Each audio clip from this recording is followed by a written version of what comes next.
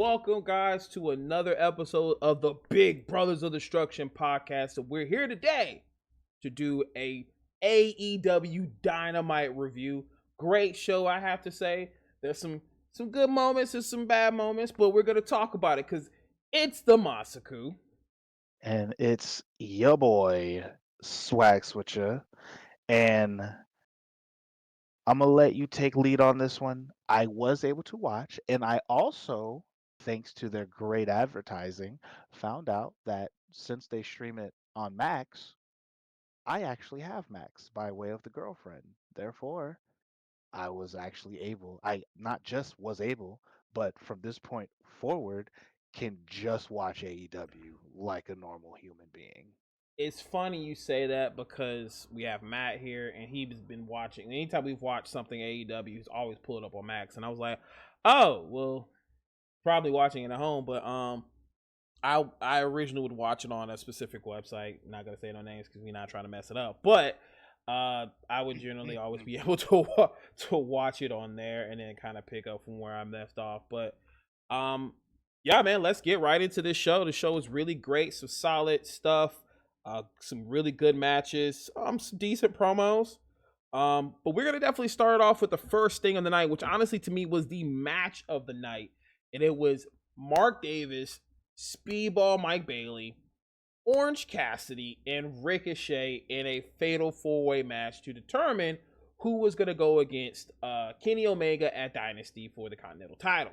And man, if you didn't get the chance to watch this first match, I highly advise you to go back, watch this match, because it was simply amazing. There were some great spots. One of the kind of things I put in my notes was it was really funny, but also serious at the same time, especially with the Speedball Mike Bailey spot where him and Orange Cassidy, he does his kicks on Ricochet, and then Orange Cassidy, he does his, hands in the pocket, hey, hey, hey, and it was just, he mimicked him. Funny moment. Another funny moment between the two. So wait, Speedball. you said it was Speedball, Mm-hmm. Orange Cassidy, and Ricochet. And also Mark Davis. Mark, okay, I couldn't remember who the other person was. That's cool. It's cool. Mark Davis actually, I've not known much about him, but if you look at him, he looks like he kind of reminds you of Big Cass, like his old body frame. You know how Big Cass wasn't really muscular, but if you look at Bill now, that man's ripped. Oh, Um, as Redwood. yes. Oh, that's Redwood. Yes, yes. Um, but yes, the 40s had this match. Like I said before, the spot with Speedball Mike Bailey and Orange Cassidy's were really good. There was an interesting um standing moonsault spot they were doing where Mike Bailey did it, and Ricochet did it, and then Orange Cassidy comes up and he's like, actually, I'm just going for the pin. So, real fun stuff. Mark Davis as well, really good powerhouse in this match. You got a bunch of cruiserweights or light heavyweights that you would like to call them, and he showed his strength in this match, doing some incredible spots with Ricochet. A really cool one with Orange Cassidy, where Orange Cassidy's on the ground, he grabs him by his feet, yanks him up, puts him in a power driver, and drives him down. Really cool spot there, but Hooray, flippy shit. I'm taking you're not a fan of flippy shit. No, no, no, no, no. I am I love flippy shit. Flippy shit gets me going. Okay, okay. But, but just remember how much flippy shit that you have said, because I didn't watch this part of AEW, but Mm-hmm. just all the flippy shit that you're talking about, and this is the first match of the night. Okay, so saying like they kind of went all out in the first match, you think? Well, AEW, they try their best to go all out on every single match. But my thing with AEW, and I will, and I guess maybe call me an old head when it comes to how I like seeing my wrestling, but it's just like, number one, when everyone's doing flippy shit, every single match, because everyone almost does flippy shit in every single match. After a while, no one cares about flippy shit no more. I will understand where you're coming from, but luckily there was only maybe 2 matches with some flippy stuff. Everything else was you. Well, we're gonna get into each match, but yes, there was the flippy stuff in this match, but you had the monster appeal of Mark Davis. So every once in a while, you got the brute coming in and knocking everybody down and doing interesting spots. Like one of them he did was he had Speedball and a power bomb, and then grabs Ricochet with one hand, and then with other hand he power bombs Mike Bailey, and then choke slams Ricochet with the other hand. So monster stuff like that with the flippy stuff. So that's why I kind of called it a fun match, because you got a combination of the two. You don't just get complete flippy stuff. But overall, the end of the match comes where Speedball is doing a small package. I believe it's small package. What's it? It's the pin where you're behind them, take your arms back, and you come down with it. It's not a small package. Oh, the no, that's not a small package. Nah. When you kind of sort of like Come over. and you roll them up. Why am I drawing a blank on this move right now? It's not a crucifix, no. No, that's like a crucifix pin, because it's the whole. Yeah, okay. I believe that. Okay. Yeah. Something. A part of me wanted to say schoolboy, but it's not schoolboy either. But crucifix makes sense. That's definitely not schoolboy. But crucifix would make sense. So it goes in for the crucifix at the turnbuckle, and then Ricochet comes up to also include himself in the pin, and he has Mike Davis his legs up and his feet on the ropes. So the referee counts 1, 2, 3, and technically 2 people pin Mark Davis. So because of that, the referee gives the match to both men, and now at Dynasty we have Mike Bailey and Ricochet also going against Kenny Omega. So it's a triple threat. And to be honest, Mike Bailey should have just won that, because he was the one that initiated the pin. It wasn't like both of them did it at the same time, because I would figure whoever initiated the pin should get the win, and Ricochet just put his 2 cents in there too. I don't know how the pin system goes in most wrestling wrestling promotions. Sometimes it's like if both people are on them at the same time, it's considered a pin. Or because if you even look at the pin situation, I could have sworn the ref already hit 1 for Mike before Ricochet got there too. So it could have been like 1, technically 2, then 3. So by the time Mike would have got 3, it technically would have been 2 for Ricochet. So I'm not really sure how that. Oh, what? Oh, I was just gonna say, because just so that we don't look like a bunch of fools out here, I did make sure I looked it up, and that's actually the pin that we were talking about, where over the head, like it's backslide. Backslide. Okay, got you. That's what I'm saying. The name of it, I don't recall ever hearing a name for it. Just always somebody went for a pin. So, but makes sense. And yeah, that was the first match. And so now we have a triple threat at Dynasty with those 3. Like I said, real fun match. And when you go into the next one, you have, I think it was a promo package going over the next match, which is Monet versus Billy Starks.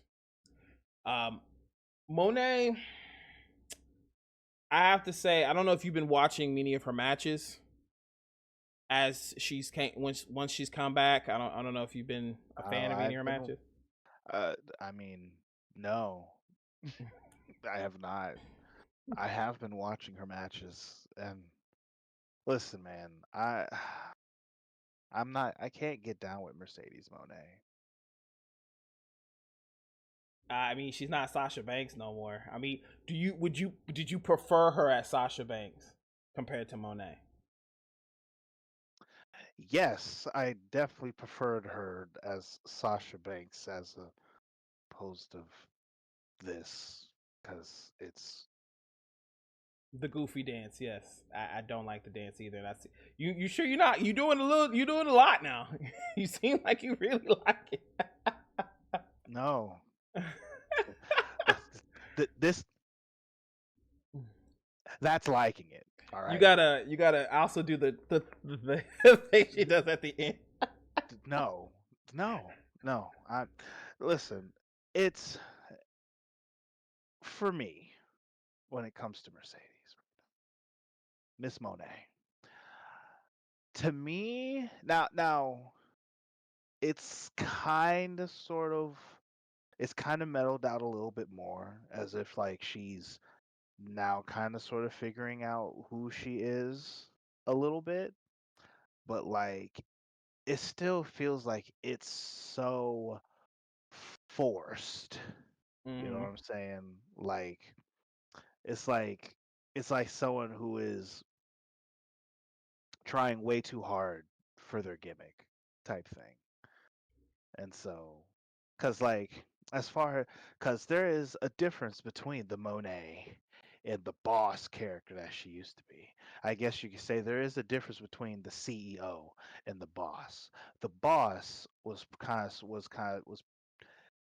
I guess you could say like your mean girl, like real tough, ain't gonna take ish from nobody, while the CEO is extra, extra arrogant, extra, extra feeling herself.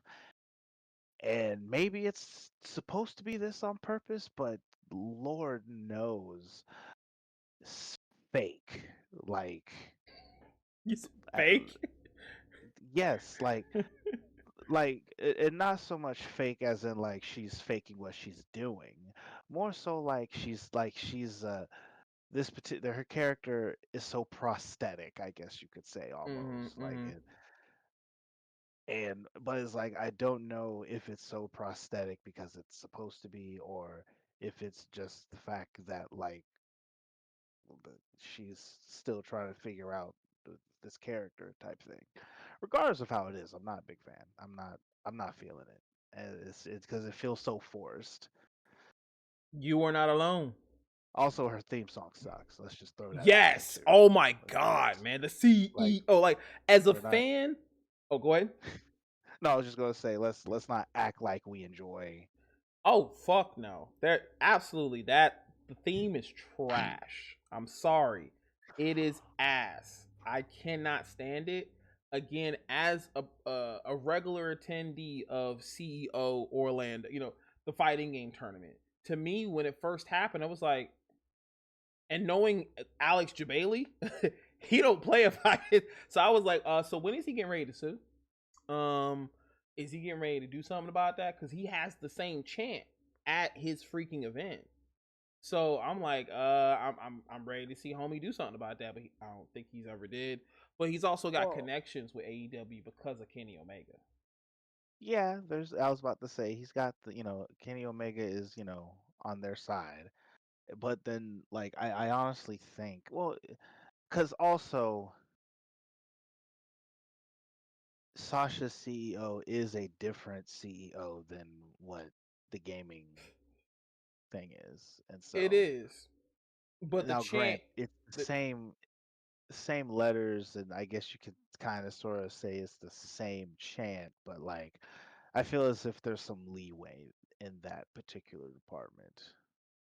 However, like still ass is ass. what it is. Same time, knock on wood. Ass. It Ass. is Yeah. absolute ass. Yes, I can't stand the theme. Whoever is rapping on it, I think it's her. I'm sorry, just no. It's just it, unfortunately it every. is. Oh, then yeah, ass. I know Snoop Dogg's your cousin, but jeez, bro. Like I don't. I'm not trying to be on the hate train of Monet. I will say every match she's been in, her opponent is making her look good. Like the opponent is giving their which is heart and soul for her.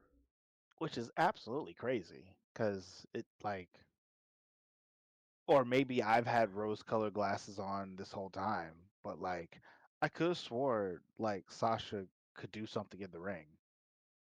I Like don't know what happened in that break or that time away she's had from the ring, but I remember her first couple of matches, she's just looked really rusty. And I was like, okay, cool. I mean, ring rust is the thing.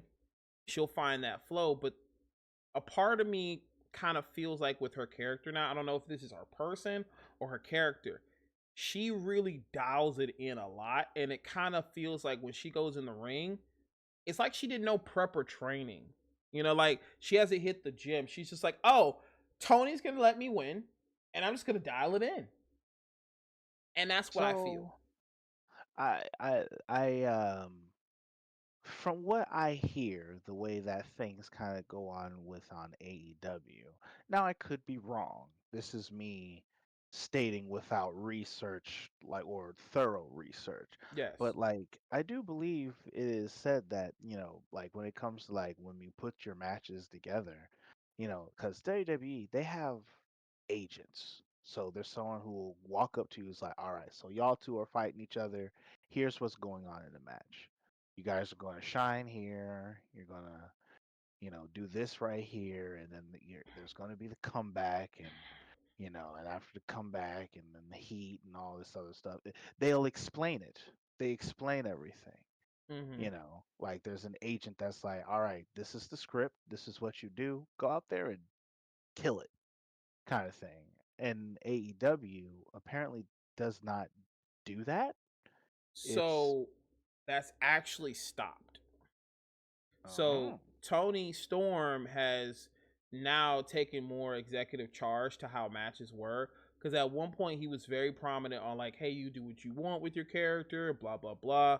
But in recent events, they're saying that he's kind of pulled the plug on that because for some reason Tony really wants to make a New Japan promotion out of his promotion. He's a really big fan of New Japan, and for some reason he wants to make AEW that. honorable, but okay,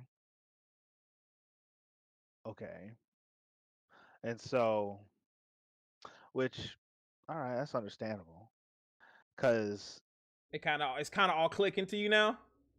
yeah, a little bit. Now, I guess now, I'll be honest, I have not been watching my AEW like I would like to.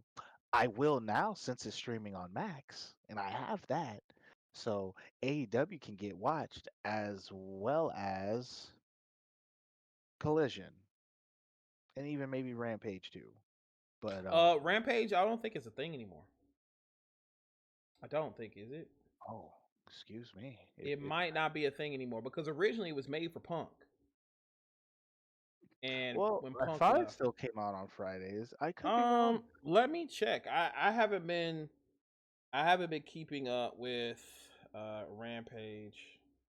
For shame. I Um, thought AEW was your thing. it was, but I remember Rampage wasn't a thing for a while, and that's mainly because of a new deal. So AEW Rampage. Yeah, I'm not seeing anything about the final episode of Rampage. Yo, was December 27th, 2024. That was it. Oh, so okay, that kind of checks. I Yeah, mean, grant that was. I mean, Punk had been gone at that time, but yeah, but it if was they originally made for stopped him. it, if they originally dropped it in December 24, that makes sense because I have not been watching AEW super hardcore since the top of this year. As a Mm, matter of fact, to really kind of put it down, because I mean, Grant, I'm usually doing something else on Fridays anyway. I host yeah, D&D, and same. so And it's I like, host my own thing too. Yeah. usually on Fridays. Um, no, not so much that, but uh, when it came to when I started to stop watching AEW, I come to think of it, was when they choked out Daniel Bryan when they put the bag over his head, which was Oh, that was crazy. which was right after they had gave Swerve the belt, made Swerve do absolutely nothing with the belt, and then let Daniel Bryan take the belt, which I hated that a lot. Still It was the do. man's last run as a I full-time don't competitor. care. I don't care. He could have did it like most wrestlers do and left on his back in the looking up at the sky, putting somebody else over. All right. He Like, technically did. no, he didn't.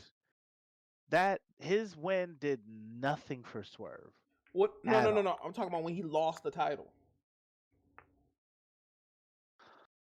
Oh, put over punk ass John Moxley? No. Fuck out of here. Fuck out of here. You Oh my really hate. god. You really hate Moxley. Fam, I just don't, man. Like, just get. Please. So, Just before I. well, either way, we're gonna go into a topic we both don't want to go into, and that's a Monet match. So, Oh. uh, but Nah, you can again, skip that. you like the other day I said skip. Skip. Yeah, no. What's my DVR thing? Oh man. But yeah, she went against Billy Starks, or Sparks, I believe. I said Stark. Yeah, Billy Sparks. And with that match, Billy took one bump that it feels like Monet just did not want to catch her. She did a tope off the rope. She did tope and she flips with it. And Monet did not catch her. She did not catch her, and she hit that ground so like solid. And I could tell in her head she was like, "This bitch didn't catch me. This bitch didn't catch me." Oh my god! Just feeling that pain, and you could see in her face. She's like, "Mother," like she was definitely upset about that. But your typical match, nothing too crazy. Monet, to me, she's the opponent is shining better than Monet. I'm sorry, and it's happened every match, even at Revolution and her New Japan matches. It's like Tony says, you got to make her look strong. Okay? Throw your body, destroy yourself, but you got to make her look strong. And I feel like that's what he did because every person that he has her go against is doing that. They are throwing their body out there for the ring and to no avail, honestly. It's just a bad match time and time again. But there was a really, really bad spot that honestly I could have sworn Monet probably might have broke her neck. And it was when Billy has her on top of her shoulders, kind of almost an electric chair pose. And then she starts to bring her head down, which looks like it might be like an electric chair bomb or electric chair driver, and really quickly flips her down into a driver, like a power driver, and it goes for a pin. And I'm telling you, the whiplash on her neck, it's very lucky they got that spot right because she probably could have broke her damn neck. She probably could have Ain't broke her that damn neck. because the way you described that? So it's like electric chair drop position, and then she grabs it. Isn't that like Kenny Omega's fucking finish? It almost looks like the one wing angel. I get what you're coming from because when she starts to do it, I'm like, whoa, that looked like one wing angel. But no, she takes both hands and tucks her head in like this. So their heads are meeting, and then she just flips her down like that into Okay. into a driver. Well, it looks like she lands on her knees, so it could be like a driver, it could be a tombstone, I don't know. But she lands on her knees and Monet's under her and she's getting the pin 1, 2, 3, but well, the 1, 2, and she throws her leg up on the rope. And you know how normally when a wrestler they're at the ropes and they try to do, the leg on the ropes, normally they drag the leg like their body is lifeless, right? Monet stuck her fucking foot up. Her foot was wide, like all the way up. Like as if she that bump that she just took was nothing. Hmm. Damn, that's crazy. I know you. I know you. I know what you get ready to get at, and I trust me. When I get to the end of this match, I was like, if Swag Switcher saw this damn shit, I already know this mug gonna be mad. But really, like I said, really nasty spot. And then as Monet's get ready to get out the ring, Billy gets on the top rope and then does a swanton onto the apron. Boom. Monet drags her back in, tries to get her in a pin, breaks out the pin, goes into her signature or her submission move, and then taps her out. Now, once she gets the win, she does her celebration. No, none of this. It's just hold up the belt as if nothing happened. Like you didn't just get dropped on your head. Like that was a crazy move. Crazy move. You didn't show no exhaustion, no nothing. You went again. You went immediately into that dance, and then you walked out. So I was just like, I thought of you immediately, and I was like, man, I hope he didn't see this. Thank God I didn't. And it's one of those things like because I'm harping on it now, it's like, see, now I have to, so I don't look like I'm just picking on AEW. When I watch SmackDown, I'm going to make a mental note to peep this out, to see if this is something that's really happening across the board, like super heavily, or if if somebody is out here trying to sell. Cause boy, like selling is becoming less and less of a, it's becoming a lost art out here in these, like, oh, it's so, it's bad, and it takes you out sometimes. You know what I'm saying? It's like, like, oh, so that move didn't matter. Didn't matter.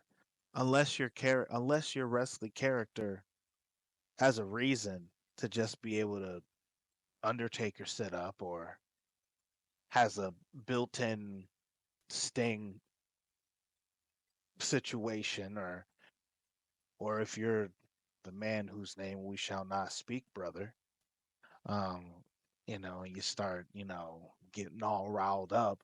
It's like, you know, you gotta give me something. Give me a reason why it don't hurt. It's like, I don't know, man. You need options. Something. Options. Por favor. Por favor.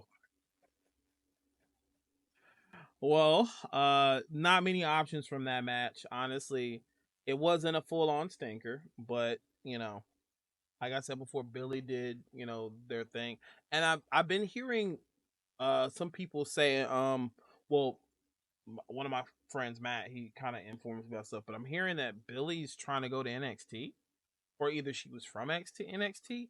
I'm not 100% sure, but I don't know She if that was her probably last. was. I don't know if that's her last match out of AEW or something like that, but I just do remember the conversation of people talking about her in NXT. So potentially Like that what, was the case. she's trying to go to NXT? She's trying to go to WWE. Mm-hmm. Oh, I mean, who's not? Ricochet is. And speaking of, um, Oh, so going out of that segment, going out of that match, she goes back to the ring, and then we get the Outrunners, who they are basically 80s wrestling personified. They're just goofy individuals, and they, I guess, did a package for them where they were with a specific basketball team, and they're hanging out with them, pumping them up. I don't know what this has to do with anything outside of just maybe advertising AEW, but the Outrunners are just really funny characters. Funny characters. you son of a bitch! So funny thing is, they said "you son of a gun" because I guess they were around the basketball team and they couldn't swear. Mm.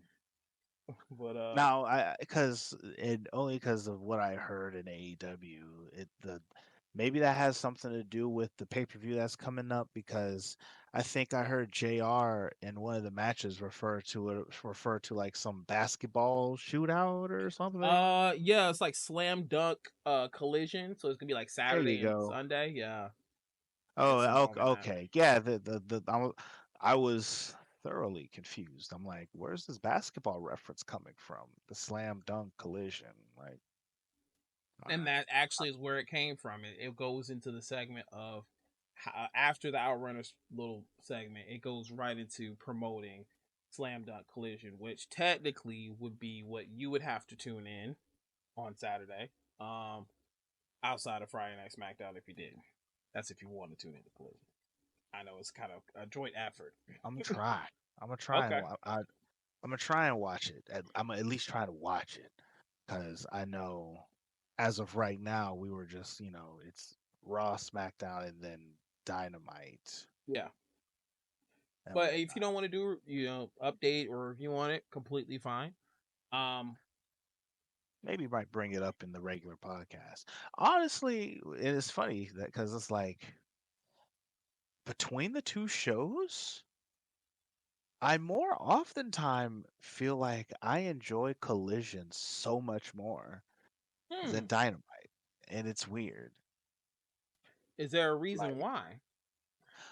I I feel as if it's almost like the Raw versus SmackDown thing, Mm-hmm. but more so like but like a little reversed.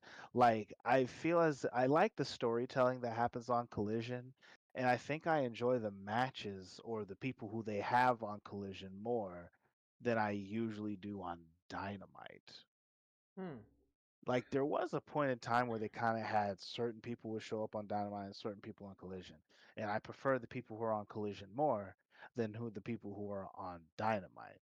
But even then, they still do this kind of thing. But like a lot of my more favorited matches tend to happen on Collision, and Okay. sometimes I think Collision they just be having better matches over there sometimes. Don't know why. Okay. Maybe I'm just but that's how I feel. Ain't nothing wrong with that.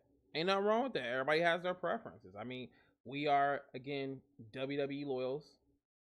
Through and through, we've been that for years. I mean, I've branched out and watched different things of wrestling like Lucha and New Japan and this and GCW wrestling and everything. So my horizon is a little bit broad, but I will say at least for the most part of AEW,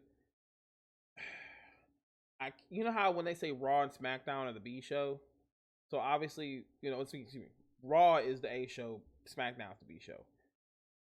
WWE is the A, and at times I want to say AEW is the B, but then you got Who product like TNA that's pretty damn spot on with the B.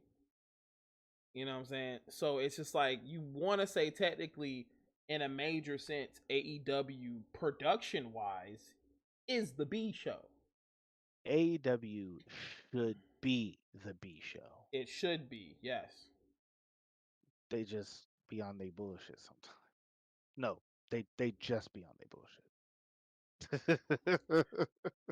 Well, a person who is often on his bullshit is MJF, and that's his. The next segment is him cutting a promo, basically talking about the upcoming match for the world title, but also he mentions his card that he got from MVP. So he lets him know. He says, "Hey, I'm gonna give you an answer next week on Dynamite, but for now, we got our John Moxleys, we got our Copes, and we got Adam Hangman Adam Page."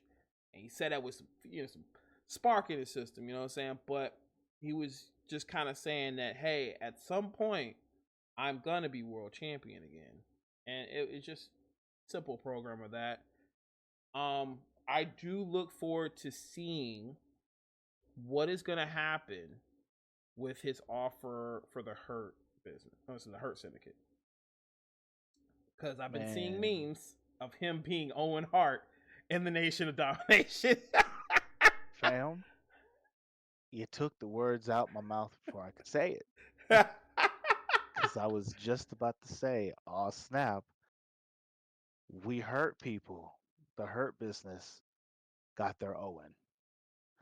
Because what group of black guys is not complete with their token?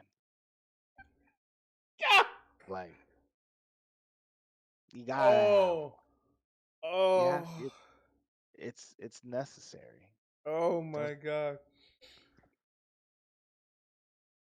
I mean, you're not, you're not wrong. it's how the world goes around, brother. You're It's not wrong. But I think they might spin it around like they might say we're better than you, or like it might be say we hurt people and we're better than you and you know it. I don't know what that thing is gonna be, their catchphrase combined, but we hurt people and you know it. you know what? That's it. We hurt people and you know it.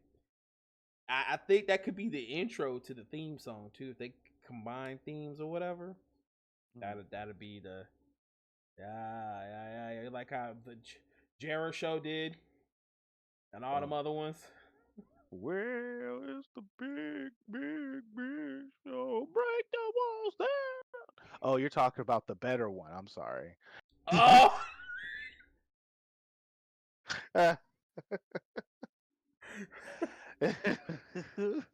or who else had a mashup? It was Cody and somebody else. When Cody Rhodes was dashing, he had a didn't it mash up with Gold Dust, but first before he became Stardust, right? Oh, yeah, that horrible when they just literally it was just like they just like cut from one song to the other to the other. Mm-hmm. Yeah, that was ugh. And then there was the Miz with the Big Show Big Show. and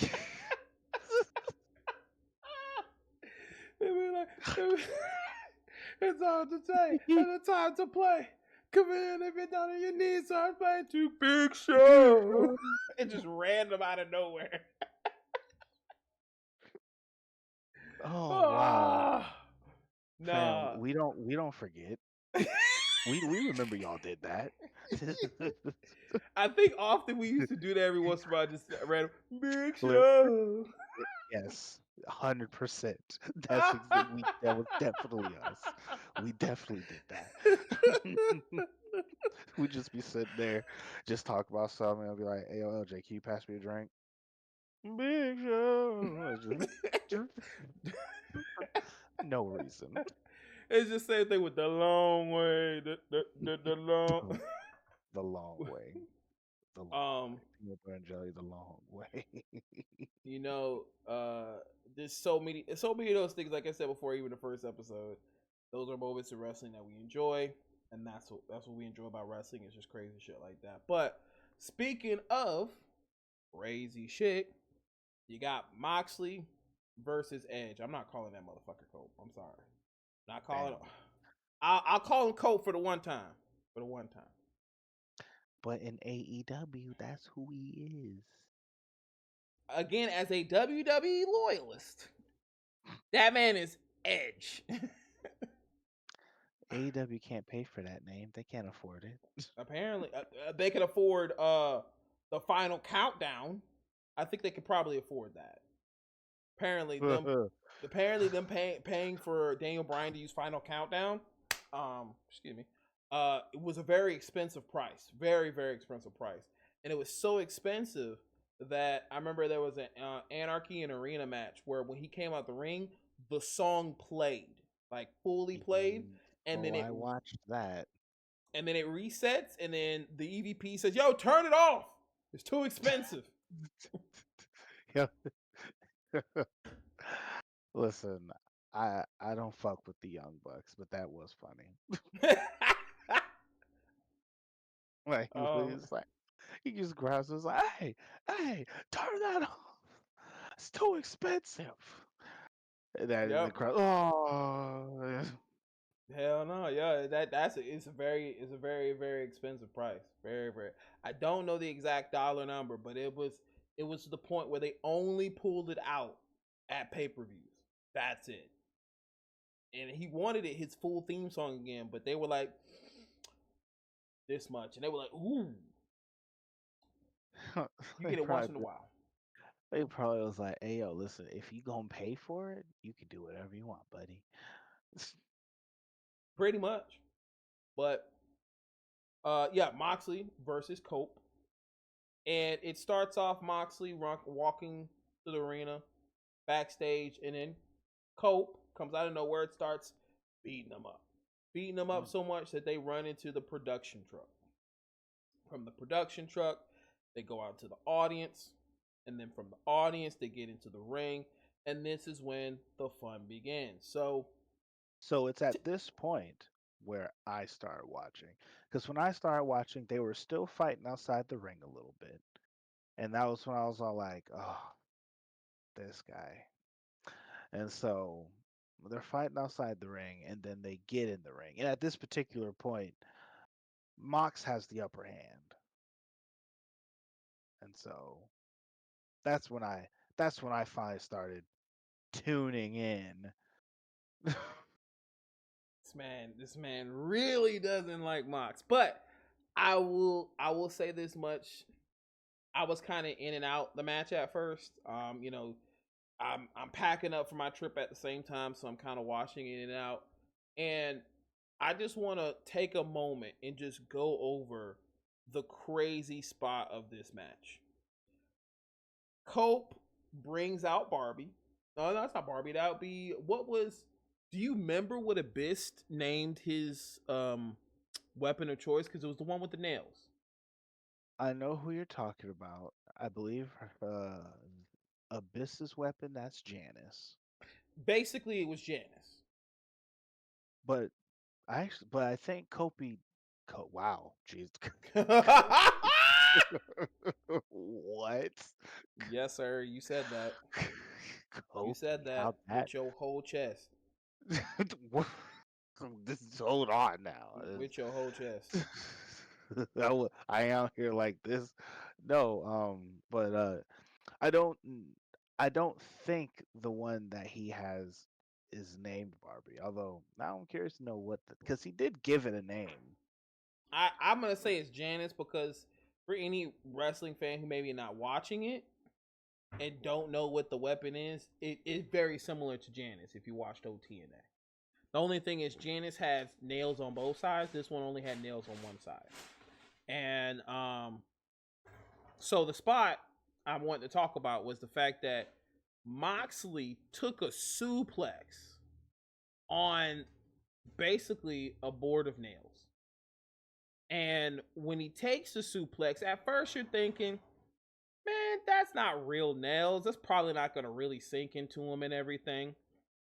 He takes the suplex and it's stuck in his back. Like, it's literally stuck in his back. So when me and Matt are watching it originally, we said, like, hey, when the spot happens, he's probably getting the interference that comes in to give him a moment. To, like, yo, I need a moment after that. Like, it was so bad that Wheeler, he's pulling the board out of his back. He's pulling the board out of his back. And it's stuck. Did you not see that? Like, that part, did you not see it? I might have looked away because no, I must have fizzed out during that particular part. I missed that piece. Now what I did see was when all the interfering started happening. Mm-hmm. Okay. Which at that point I'm just like, oh, here we go. Here we go. Christian. Oh man. Back at it again with the bullshit. Pretty much. I mean, but he didn't show up, though. Christian didn't even show up. Which is even crazier. Because he sent old girl out there And with the Nick Wayne. distraction. Yeah. And then it's like, man, You really out here, anyone but you, Cope. Anybody but you. And I think only because we was talking about it, I do believe the weapon's name is just Spike. Did you look it up? Yes, Okay. Spike is it's kind of weak. Spike is what it is. I mean, here's the thing: out of the multiple times I've seen that style of weapon be used, this was the first time I've seen it used in a moment where it's like, yo, the barbed wire nails are hitting his back, and it's taking a while to pull him out of his back. And as the interference comes in from the Blackpool Combat Club, you know, you're getting your Wheeler, you're getting your Pack, your Castagnoli, everybody's coming out, the whole kit caboodle. All these people. And I can't remember their I want to say she's a valet, but she's apparently the female addition to the group. But she comes out there as well as Nightingale and an FTR.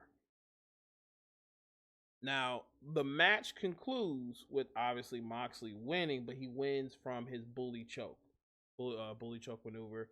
Um, Now, just to note, before he does that, he pins him and he kicks out of the pin for him to roll him over and get him into the choke, which then leads him to choking him out. And Kind I of almost make look that like Jey Uso.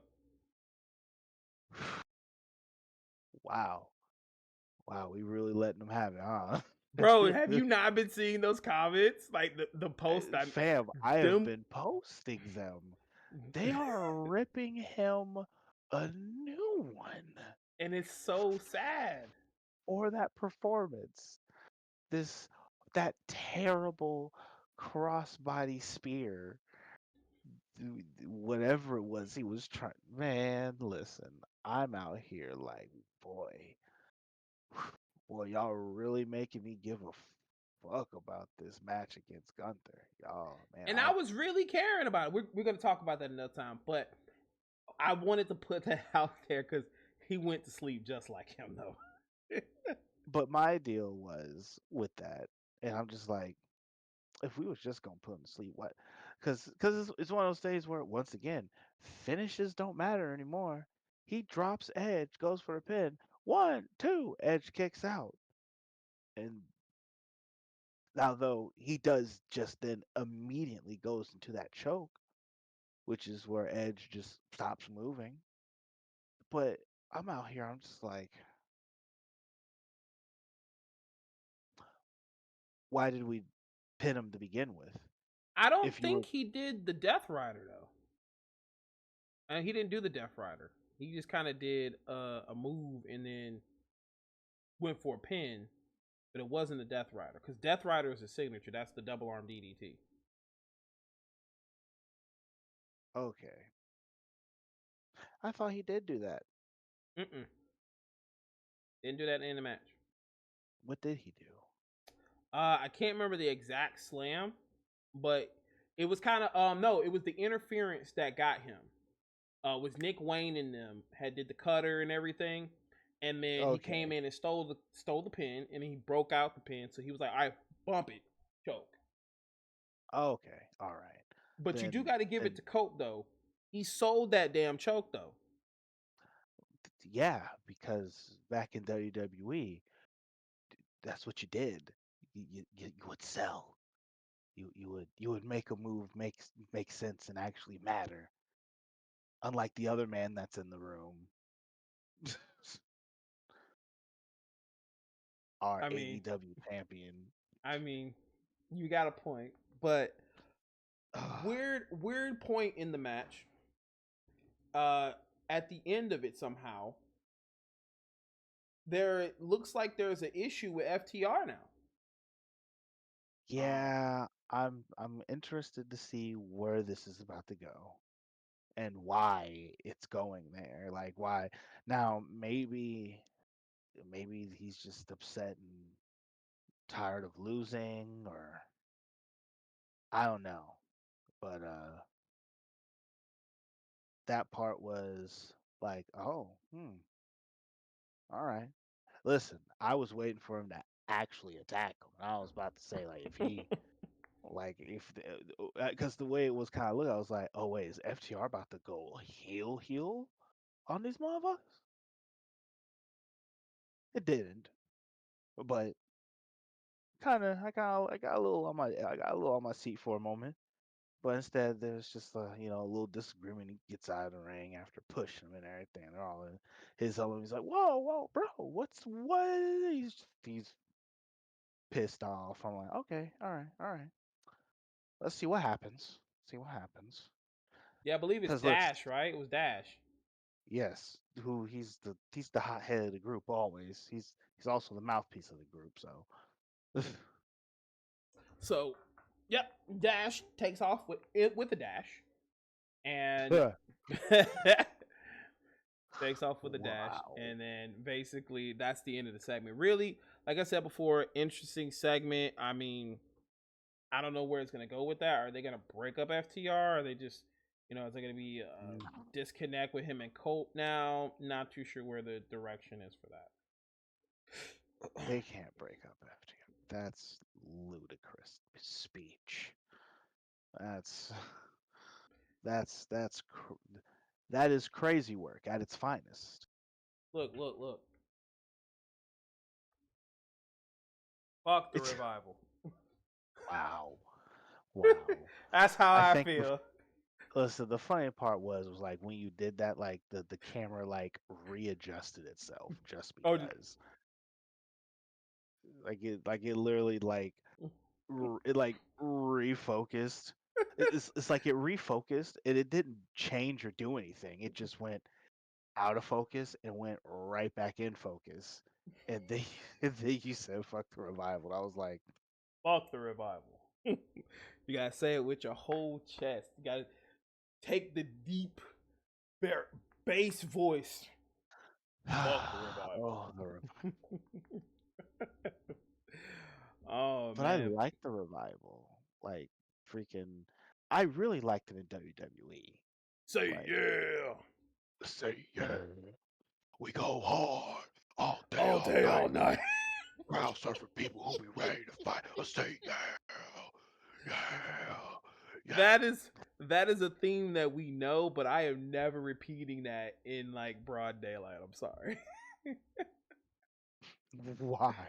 I just didn't like their like I like the music itself, but the lyrics, like the vocalist, he went a little overboard for me. Just go we go hard all day all night. Like, bro, why your voice sound like that, bro? Like I just vocalist. Because we go hard, bro. Cause we go hard, bro. Bruv, are you Will Ospreay now? Listen, truth be told, I absolutely fuck with Will Ospreay. But Okay. at the same time, calm down. He You talk won't. about oh no he won't. No he won't. He But absolutely like, won't. cause boy oh boy, his flippity doodahs definitely be flippity day, and I tell you, just Flippity doodahs be flippity dayin'. All right, that's a new one for me. That is which, definitely a new one for me.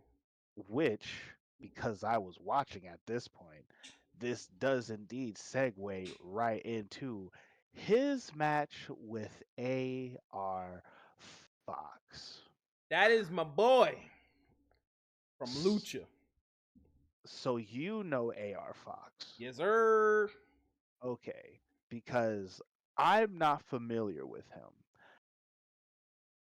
Because and the worst part, especially with let me put it this way, because if I remember, if I understood correctly, when the match begins, Will Osprey comes out to the ring. AR is already in the ring. He didn't get an entrance, which because I did not know who AR Fox was, though they were all like, Will Osprey, is this and that. Like it was like it's like they was trying to put over AR Fox, but only a little bit. Like they're over here like, man, Will Ospreay is the sun and the god and the moon and everything. And he does all of these great things. And then like Tazlo's like, no, hold on now. I mean, Aaron Fox is good too. It's like and I'm just like, oh, so he's good too, huh? Oh no, he's And good. Like I said, if you saw him in Lucha, a lot of his work there, he's been running the game for shoot, I don't know how many years now, but listen, he's one of fam, those underrated wrestlers who he could put on a banger anywhere he goes. underrated was the correct term because he lost to a switch. That was that. This he called it. They call A it the hidden switch blade. The hidden hidden blade. blade. Yeah, he lost to a hidden blade. Who loses to that? A lot of people actually. Okay, That's his because original finisher.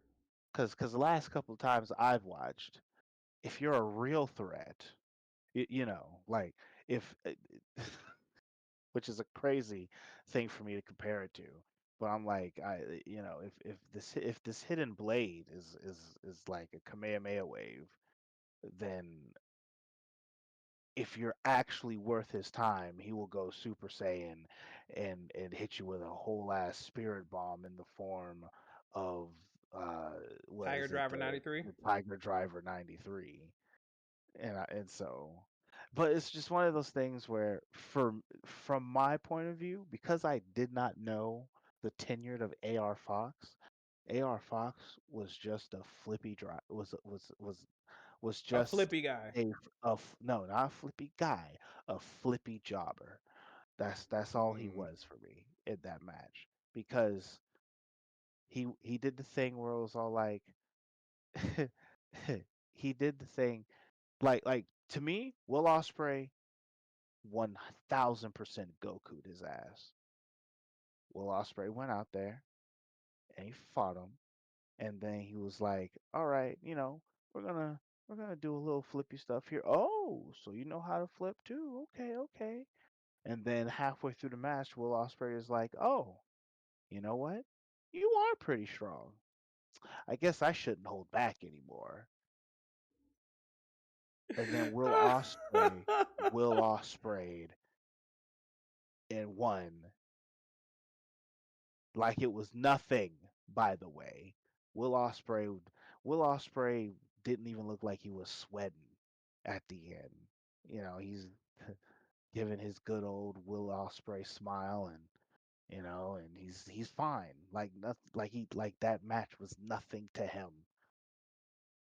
in the form of Goku. That was fun. If you get a little bit more training, come find me next time. That's funny because at the end of the match, he pretty much did that. He Listen, pretty much did that. AR Fox was a flippy jobber. That was But it. you can't say it Just wasn't a decent. It wasn't a good match though. now I will easily admit, yes, it was a good match. And what I will also say, because of the fact I did not know who AR Fox was, and I mean, I'm still calling him a flippy jobber in this, but he did impress me. And so, but at the same time, I can't completely say that because AEW does a good job of making their jobbers not look completely like jobbers. You know, Yeah. like there's times where I'm all like, and it's because of the fact that like some of these people who are like the jobbers, as I'm calling them, Mm-hmm. aren't actually jobbers, and they're just people who we don't see because we don't currently actively watch that other show that AEW owns, Mm. Ring of Honor. We don't watch Ring of Honor. And so there are times, and it happens a lot with the females matches, where they'll fight somebody who's apparently doing great in Ring of Honor, but it's like because I know who they're in the ring with, I'm like, y'all are just feeding this girl to Tony Storm. Like you're not gonna tell me she's not gonna win. Like there's no way. And so with this particular match, I already knew. as soon as it was like AR Fox, all right, whatever. Da-da-dum, dum, da-da-dum, dum. Oh well, we know how this match is gonna go. God. Damn. Just we already know how this is Oh, gonna well, we know how this is gonna end. end. This is more of an Ooh, I wonder. exhibition. Yeah, I wonder who's gonna win. Oh, Spray. Oh, Spray. Yeah. The crowd loves it, man. But like I said, it was a good match. Good It match. was a good match though. Like Yeah. all my nitpicking aside, which is the thing that it's the thing I love and hate about Will Ospreay. Will Ospreay is good. All right. Don't let anything else that I ever say deter the fact that I don't not love the man. All right. It's just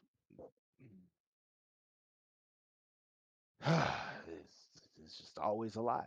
It's just always it's full on flippy dippy doos. And it's one of those things where I think I really like Osprey when he's fighting against somebody who doesn't do that shit. For example, when him and MJF had their fight and whatnot, Mm-hmm. because MJF he's not some springboard assassin. Yeah, yeah, yeah. He doesn't jump off the top rope and all this other stuff. Therefore, it's like, someone who is a ground fighter versus this high flying guy. And so then it forces Will Osprey to do that weird thing that we sometimes like to see called wrestling. You know what I'm saying? Like, and I like seeing that sometimes. You know what I'm saying? Like it's very interesting to see the things that Will Osprey can do without leaving more than 10 feet off the ground. Springboard legs have an ass. Exactly. And so, like, I mean, this match was cool. And I think what made it cool was the fact I went from looking at this dude, AR Fox, I'm like, all right, main event jobber, this will be over soon, to this match is still happening right now. And they're kind of putting over this AR Fox dude. Kinda. Because he loses. Yes. That's fact. Funny part was like at the end of the match too, when he's like on the ropes and he's looking at the the sign for All In. My wife points out, why is he like he's about to cry? I was like, yeah. And if you look at it, he's like low key, he's trying to show that emotion, but it was like, yeah, he kind of does. He's an emotional man, bruv. But emotion aside, another man who's been really emotional lately is Hangman Adam Page, and he gets a chance to cut himself a promo as well. I We're like not gonna this. we're not gonna talk about the Monet promo though. That was, you know what? Damn, so we really skipping it, huh? Actually, no. Like her promo was actually okay, but she kept doing this like evil villain laugh. That was like, bro, you don't need to laugh that much. But um, so Hangman Adam Page, yes, he has this promo where he he's a man who stands on his word and says, "Yo, Swerve, you are not getting that title again. And if you do, then I guess I have to win the Owen Hart Classic, get that opportunity, and just take the belt from you." Which pretty cool. Loved it. His emotion, the energy that he gave felt very Jake the Snake to me. Like Damn, he didn't yell, but he gave he's that aura. he's lost his mind, and I'm here for it. Like Mm-hmm. he's so broken up here. Mm-hmm. Like when he was like, the first just the hard blank stare into the camera, and he's all like, "The Swerve, I have not forgotten what I said. As long as I'm here and as long as I'm breathing, you will not have that heavyweight title, and I plan to keep that promise." And so it's like, because listen, their fight that they got going on right now, oh, To me, I better than KO and Sammy could ever do. Sorry. oh, that is a statement. I Like love KO and Sammy, but like the stuff that these two have been doing, who burns a man's house down, bro? Randy Orton. Okay, you got a point there. You do got a point. But Randy was just being Randy and just, you know, but Hangman, he you got to see Swerve like break down and he's just like just throws it behind him. And so you get to see it. Whereas Bray, he's technically long and gone. There's no emotional connection to that. And plus, I don't even think that was his house. No, that's like, I mean, it was his property. I was like, I actually don't remember what that was like considered, but It's like a fun house. It wasn't a fun house, but it was like something like that.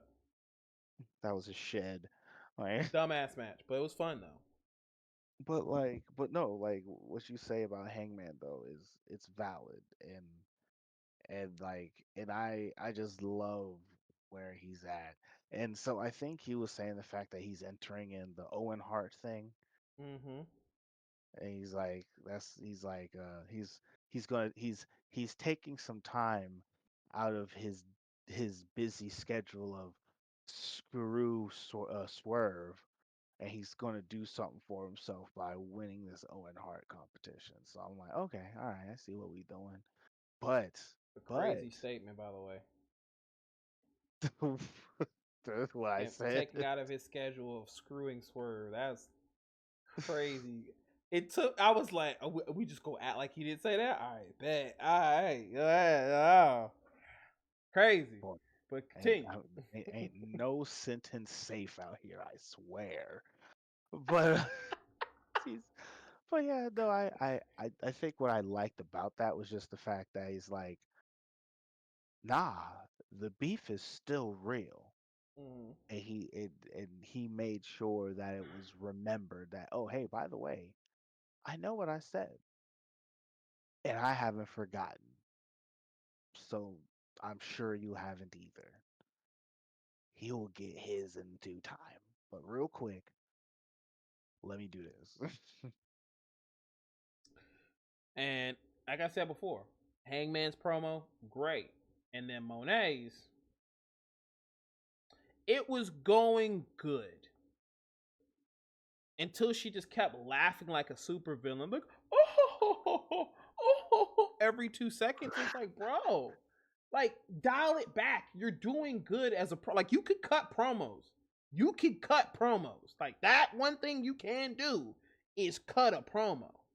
And her, also slightly kind of like she was bashing Billy. She was like, whoever trained you, like whoever trained you was trash. But like maybe if you would have trained with me, you might actually no, you still wouldn't be champion. Like it's that stuff's like that's good, but also that's like you are slamming it on Billy. Like backstage, I'd be like, hold up, you kind of just buried me, bro. And she'd probably be like, make a better promo. I don't know, but I mean, that's the proper response. it is. But it was just like, damn. But the oh, oh, every 2 seconds, it just took me out. It took me out.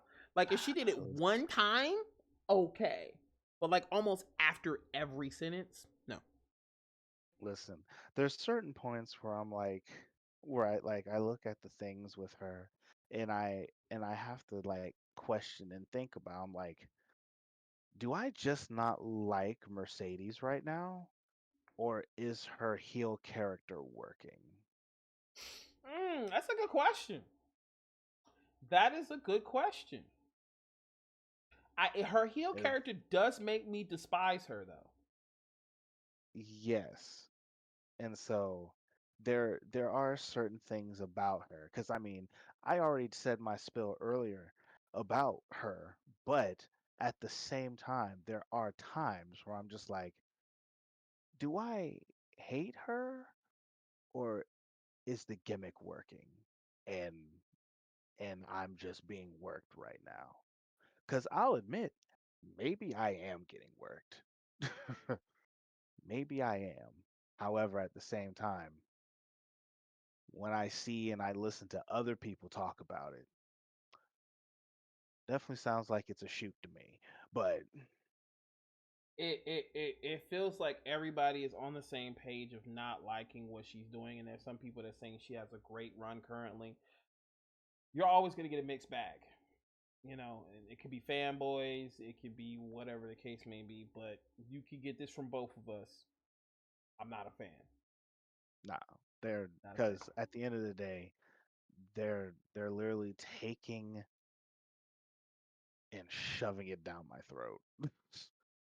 So John And Cena. what better way than to shove it down my throat than to give her these 4 or 5 well, let me Four not belts, four belts, disrespect. four belts. It's four of them, but I'll Mm-hmm. but give her these 4 belts, and then I'm just like, who cares? 4 belts. Ooh.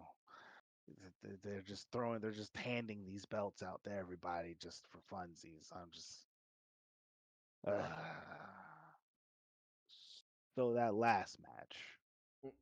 Last match was Megan Bain and Chris Ooh, Statlander.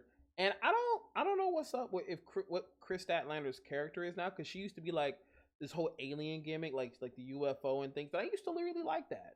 in the Now, very, very beginning, it was the alien gimmick, and then she somewhere down the line became human, and yep, then she was hanging out with what's her name, Willow with the big Nightingale. hair. Yeah, her and Willow was the thing, and then she broke off with Willow. But then after she broke off with Willow, like, didn't they recently like kind of sort of like work together on some like situation? No. So remember last week, if you didn't get a chance to see it, Statlander was coming out to save Willow, and then her and Statlander got Willow and Statlander got beat up by Megan, and that's what led this match this evening. Okay. But the thing that I was saying is the fact that like her and Statler are separated, but now she's coming out there to save her. So I'm like, okay, so I guess she's cool again. Trying to I be at guess. least, yes. But but like, yeah, no, I mean her character's always kind of sort of been a bit of a mystery. She's Yeah, just a girl with some cool space tattoos who wrestles pretty and good. that's what I don't like, because it's like she's just like another person at this point. And where Megan Bain, she has this whole, I call her Beth Phoenix 2.0, but you can't tell me you don't see it. But I like her. Megan Bain or Beth? I mean, I like both of them, but I like Megan Bain.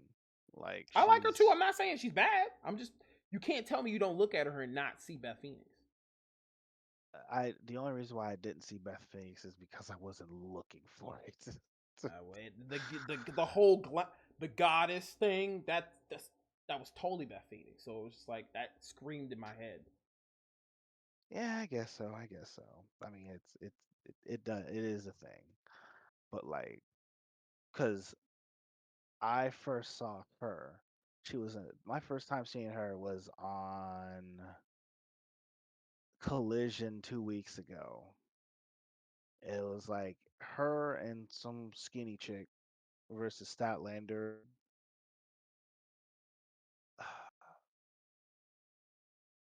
The wow, I'm gonna have to be the Spanish.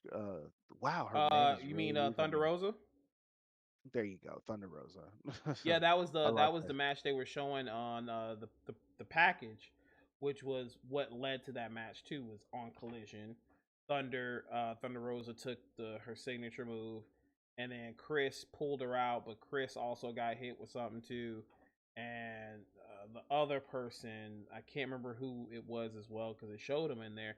They got hit with the F5, and then Statlander and Thunder Rosa walked off. So Yeah, and so like Miss Bane, like I I think I like her because like she is unseemingly strong.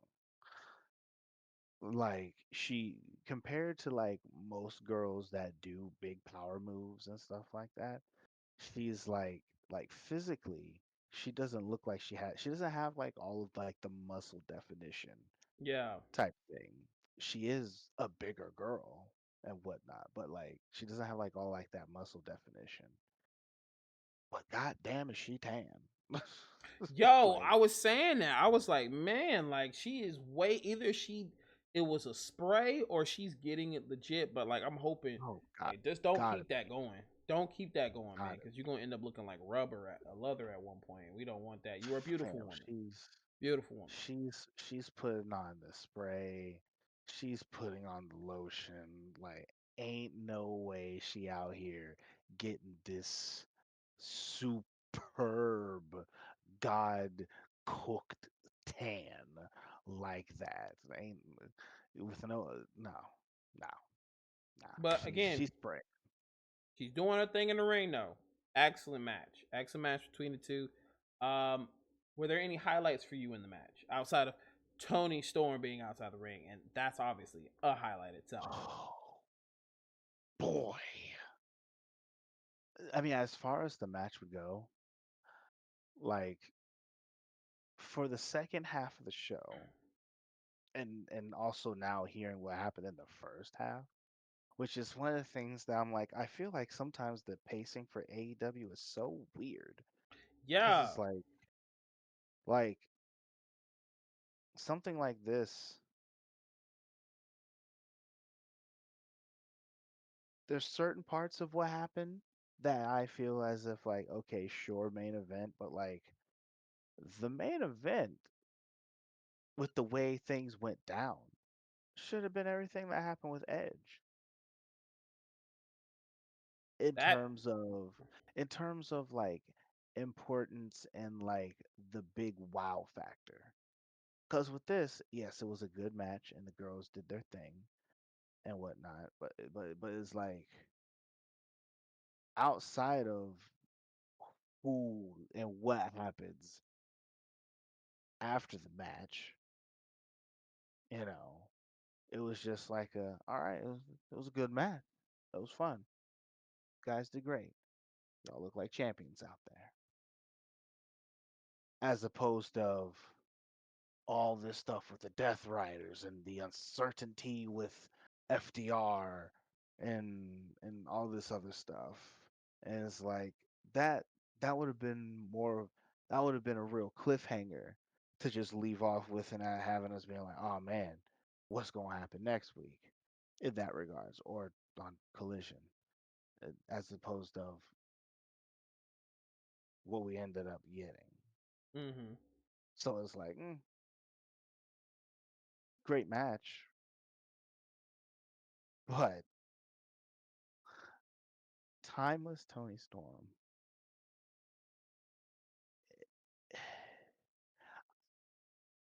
I'm wondering if she's coming up with this shit off the cuff, cause I already know what you're about to talk about. fam, the things that and it's one of those things where I'm sitting here and she first says, what was that the opening thing that she was saying? She was all like, The bigger they are, the harder they. yes, which I was like, and so literally this was me. The bigger they are, the harder they do that, right? And I'm like, oh, that's all you're saying. Wow, wow, wow. Yeah, she said it. And But then you're gonna take this strap on. Oh my god! What did she say? Like, yeah, no, there was a lot of it, and she's been turning a lot of her promos into very scandalous, and skanky, but like but the way she's doing it still seems very elegant, demure. let me tell you, it was just so funny because she knocks her out the ring. She's like, "You are one big bitch." I'm She just won't like, lie. and then she makes the wet reference. I'm just all like, Tony. I like things you do. Hey Tony, if I could, I would be with you. The one and only timeless. Oh God, you're still going. With the one and only pace. Cut the Nobody can cut a madness. promo that is great. Listen, Timeless Tony Storm, she came out there and she said what she said. Great way to end the show, though. Yes, I'll definitely give it that. Cause boy, I love her. That- that's the and just thinking about it, that's another thing when it comes to like with everything that's going on and whatnot. It's like the, and this is just me from the way that I feel in regards to Miss Monet. They want Monet to be the women's champion so badly, but they can't because they're doing all of this stuff going on with with Tony Storm at this moment. So instead, we're like, hey, go and like play with those other belts for a little bit, stuff like have as many as you like, 4, 5, whatever. Just be over there and just hold on to those and do your dance. And so it's like, and then they went, we'll call you when Tony Storm is done, because they're good. Because it's only a matter of time before she takes it from Timeless. And I Lord really hope knows she doesn't. Nah, they kind of keep the TBS and the women's title like very separate. Like they they normally don't interact with each other, and it's kind of like how with the world heavyweight and the universal title, that's kind of like their situation. which yes, that part I get, but it's like in reference to like her wanting to be women's champion and stuff like that, because it's like the way they kind of push and promote her. It's like they want to put her above the women's champion sometimes. And Yeah, luckily, the universe has not allowed them, has not allowed, oh, my little thing went off, but has not allowed the possibility for Monet to sneak in and do all of that. Now, the one thing that is going on, what will be interesting for Monet is the fact because like she's got all of these belts. And I feel like before they'll ever like once they finally get her into like the running with the actual women's champion title, it's like she's got to get rid of all that extra shit first. And so I'm like, eventually she's gonna have to get beaten. So I'm just like, who's mm-hmm. gonna do it? That's the thing about being a belt collector is at some point you're gonna have to constantly lose and lose and lose because you got to lose those belts. So to me, while a belt collector gimmick seems pretty cool, you're gonna have to be looking up at the lights a couple of times too many. Especially Or if you get injured. You get injured, then you gotta immediately take a loss or vacate the title immediately. And nine now times out of ten, that's they're gonna make you book and still do it. yeah, now, oh God, and I will hate it if they did this.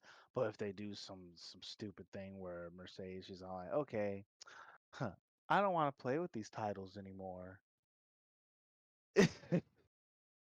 That is very Barbie of like of her. That would be very, very much her character though. Oh God. Listen, at that point, if they did do that shit, I will lose my shit and then I'll have to probably agree.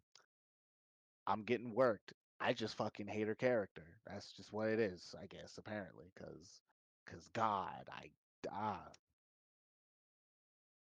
but love us some timeless. Yes, you can't help but love issues some timeless. And honestly, the show itself, it was very much a B show. Like when I say ranking wise, we still need to make sure we do that in the next show as well to kind of explain the ranking system. But In the actual B, podcast. yeah, it's a high C, low B. Ooh. So, with hearing what happened in the first half and whatnot, Like I feel I'd give it a solid B, even with the riffraff that is John Moxley. The B definitely came from the first match to me. That would be me. The B was like, oh, it's automatically almost a damn A. Like this first match is that good, and then it's like, oh, then Monet's next. Oh, y'all done fucked it up. Now it's a B. It's B now. I didn't want her on this show tonight. Well, just be glad that they got the learning tree and all of them over there on the show that no one's watching right now, being ROH or Collision? ROH. Oh yeah, no. Well, I think because Jericho's still trying to be ROH champion, but Yeah, I think he still got the belt, and so it's like I need to figure out. I gotta figure out and see if I can make the rounds to actually watch Ring of Honor. So I can, maybe one day I'll get the chance to do that again. But Jay Lethal is it's not Jay Lethal anymore, unfortunately, and that was the reason why I watched Ring of Honor. I mean, for all intents and purposes, Ring of Honor's not the Ring of Honor that Jay Lethal was in anymore. So there's that Exactly, too. exactly. You're But that was AEW, guys. Please let us know in the comments what did you think of the show. If you thought it was a solid B or C, just like how we thought, or if you thought the show was great, please let us know in your comments. As well, any of the comments that you feel about with the matches, we would love to hear and love to discuss with you as well about what you guys felt about the show. But any closing takes do you have, Swag Switcher, when it comes to AEW tonight? No, I just I guess I'm definitely interested to see what's going to happen with this because the pay-per-view is this weekend. And No, pay-per-view Dynasty is April 4th. oh, then oh, that's right. The The slam dunk. slam dunk Yeah. shit is this weekend. And so I'm just wanting to see because since now that we know it's going to be Swerve and Mox, what's their whole thing going to be? Because I mean, April 4th, oh, they got a little time. Yep. But that's really about it. Just AEW, make me like you, please. Well, I mean, obviously you'll still be here for Friday Night SmackDown, which tune in to that guy. Swag Switch will be holding down the fort. I'll be out of town. No, actually, I won't be. I was thinking about maybe I might be able to, but I was like, no, actually, I probably won't. But obviously, you'll hold down the fort for Friday night, and then we'll be back at it Sunday. Well, I would say probably Monday later in the day. We'll probably have to do the podcast episode because I won't get back in town till 10 p.m. on Sunday. Oh, Yeah, I come back late. so because then we'll have to figure out how we're going to do the podcast. We'll talk about that off camera. Yeah. If anything, but guys, thank you so much for tuning into another episode of the Big Brothers of Destruction podcast. Going over AEW Dynamite. It's the Masaku.